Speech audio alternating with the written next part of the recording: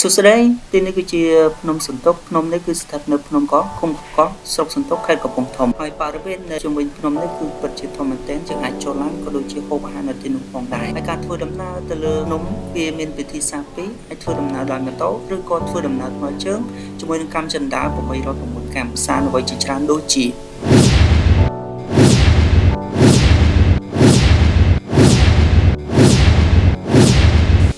ការធ្វើដំណើរទៅលើកំពូលភ្នំយើងសម្រាប់ជ្រើសយកផ្លូវជិះម៉ូតូផងហើយនឹងធ្វើដំណើរតាមថ្មើរជើងផងហើយខ្ញុំក៏ធ្វើដំណើរតាមថ្មើរជើងទៅហើយនឹងខាងទៅក៏យើងចូលជាបច្ច័យ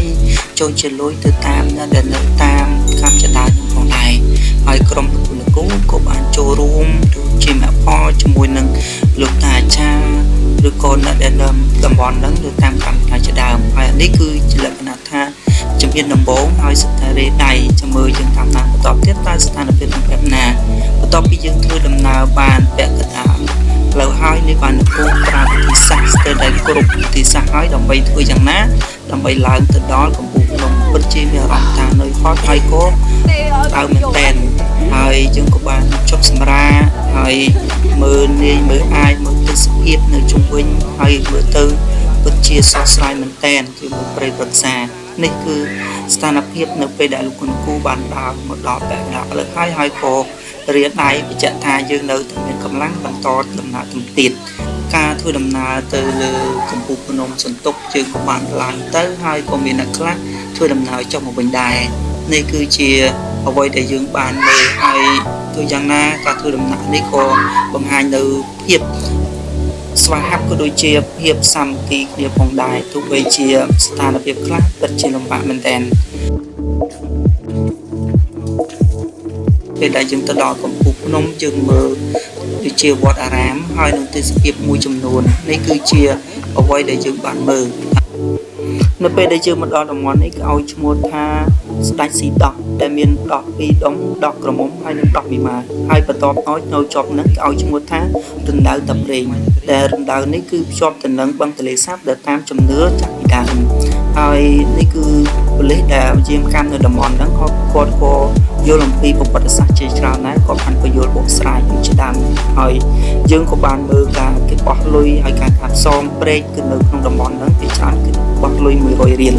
ហើយបន្ទាប់ពីនោះទៅទៀតហើយឥឡូវយើងមើលការបកស្រាយរបស់លោកប៉ូលីសដែលអញ្ចឹងពីប្រវត្តិផ្សេងៗដែលនៅក្នុងតំបន់នឹងចាក់ស្រាញតែម្ដងបាទរៀនព្រៃនឹងគាត់មិនមែននៅកណ្ដាលអីគាត់ឃើញគោដាក់បោកសូមនឹងងាប់ពីហែយកមកគាត់ឡៃទៅលោកមើលគេគិតគូបាត់បាញ់សត្វឲ្យលោកឃើញជាវិញ្ញាណបាទហើយណាមានកណ្ដាលមួយថាជួបឲ្យកាត់ដោះនៅចំមុននឹងនេះបាទមកគូទៅឃើញវិញ្ញាណស្អីតែហើយទៅស្អីទៅឆ្ងាញ់មករៀនតែបានតែយ៉ាងយើងទៅវិញ្ញាណខាងរៀនមិនដឹងជាសត្វស្អីទេទៅមួយតែបន្ទាប់មកទៀតគឺយើងមកដល់កន្លែងមួយនៅក្នុងវិហារដែលគេរក្សាទុកនៅថ្មមួយយ៉ាងគេឲ្យឈ្មោះថាថ្មអណ្ដែតថ្មនេះគឺមានលក្ខណៈពិសេសមែនតែនថ្មផ្សេងគឺដាក់នៅលើទឹកទៅវាលិចប៉ុន្តែថ្មនេះគឺលក្ខណៈថាអណ្ដែតតែម្ដងហើយថ្មនេះគឺជឿជាក់ថាមានបារមីស័ក្តិសិទ្ធិដែលមនុស្សជាច្រើនបានមកទីនេះដើម្បីយកទឹកមន្តដែលយកទៅហូបក៏ដូចជាស្រក់នៅផាត់សងនៅសំណាក់ផ្សេងៗហើយនេះគឺជាទស្សនវិជ្ជាផ្សេងទៀតដែលលោកគ្រូមកយើងអាចទេសភាពនៅតំបន់ផ្សេងៗទៀតពិតជាស្រស់ស្អាតហើយអារម្មណ៍ពីមែនតើ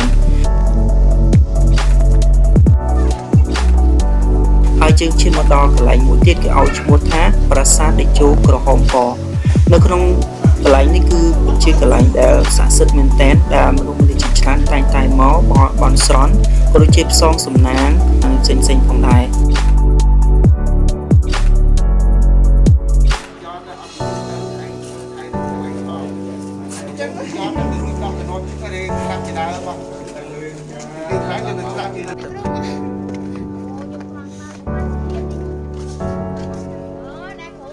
យើងក៏បានធ្វើដំណើរពីកន្លែងមួយទៅកន្លែងមួយទៅនៅលើភ្នំសន្ទុកនឹងហើយ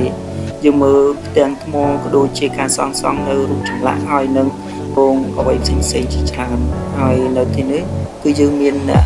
មើលការខុសត្រូវពិសេសគឺប៉ូលីសនៅឈប់យាមកម្មនៅក្នុងតែម្ដងយើងអាចសួរសំណួរហើយ និយាយជជែកជាមួយគាត់យ៉ាងពីប្រវត្តិអីដោយសារតែគាត់នៅរក្សានឹងទីនេះតែម្ដងហើយនេះគឺយើងបានបន្តពីកន្លែងមួយទៅកន្លែងមួយទៀតហើយទេសភាពនៅទីនោះគឺរដូវប្រាំងពិតជារៀងសក់កក្រោះក៏ប៉ុន្តែវាខ្យល់ត្រជាក់មែនទែនហើយមានវិហារជាច្រើននៃទីចិត្តភាពនៅវិហារហើយខ្ញុំមិនជាស្គាល់ច្បាស់ទេថាតើវិហារឬក៏ប្រាសាទនោះមានឈ្មោះអីខ្លះបាទមកដល់ចំណុចមួយទៀតជាងក៏បានមកដល់កន្លែងមួយដែលឲ្យឈ្មោះថាព្រះបាទជាន់តុកព្រះបាទជាន់តុកនេះបើតាមតែចាស់ពីដើមគេថាជាកន្លែងមួយស័ក្តិសិទ្ធិបាទឥឡូវយើងបានមើលទេសភាពក៏ដូចជាខុយគុននៅតំបន់ផ្សេងៗនៅលើភ្នំសំទុកនឹងបន្ទាប់ពីនោះមកទៀតយើងក៏បានទៅកន្លែងមួយទៀតគេឲ្យឈ្មោះថាថ្មតូចកន្លែងថ្មតូចនេះគឺគេនិយមបោះកាក់ផ្សងព្រេងសំណាងយ៉ាងខ្លាំងមែនទែនដែលបោះកាក់នេះគឺនិយមតាំងពីសម័យដើមមកម្ល៉េះហើយនៅទីនោះយើងនឹងឃើញបម្រាមមួយហាមពាក់ស្បែកជើងឡើងហើយខ្ញុំក៏បានដោះស្បែកជើងហើយឡើងមកតំបន់ថ្មតូចនេះយើងមើលទៅពិតជាទេសភាពឲ្យស្រស់ស្អាតមែនទែន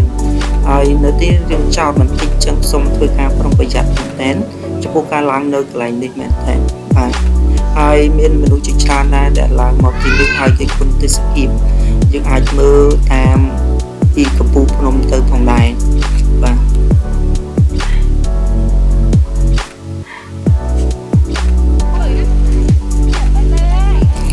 បន្ទាប់មកគឺយើងអាចសម្រាប់ហូបទឹកក៏ដូចជាហូបនំចំណីអីផ្សេងៗដែលមានការលក់នៅទីនោះបន្ទាប់មកយើងក៏បានមើលសត្វស្វានៅទីនោះគឺសម្បូរសត្វស្វាមែនតើអញ្ចឹងសូមឲ្យទេសចរក៏ដូចជាអ្នកធ្វើដំណើរទៅលេងនៅទីនោះសូមធ្វើការប្រុងប្រយ័ត្នពិសេសគឺការយួររបស់ដែលមានចំណីអីផ្សេងៗដោយសារតែស្វាអាចទៅដើរប៉ុន្តែយើងអាចមើលសកម្មភាពផ្សេងៗដែលធ្វើឲ្យទស្សនីយភាពកាន់តែល្អប្រសើរផងដែរនេះគឺជាសត្វស្វាដែលរងចាំអ្នកធ្វើដំណើរបោះដូចជានំចំណីឲ្យសត្វស្វាទាំងហ្នឹង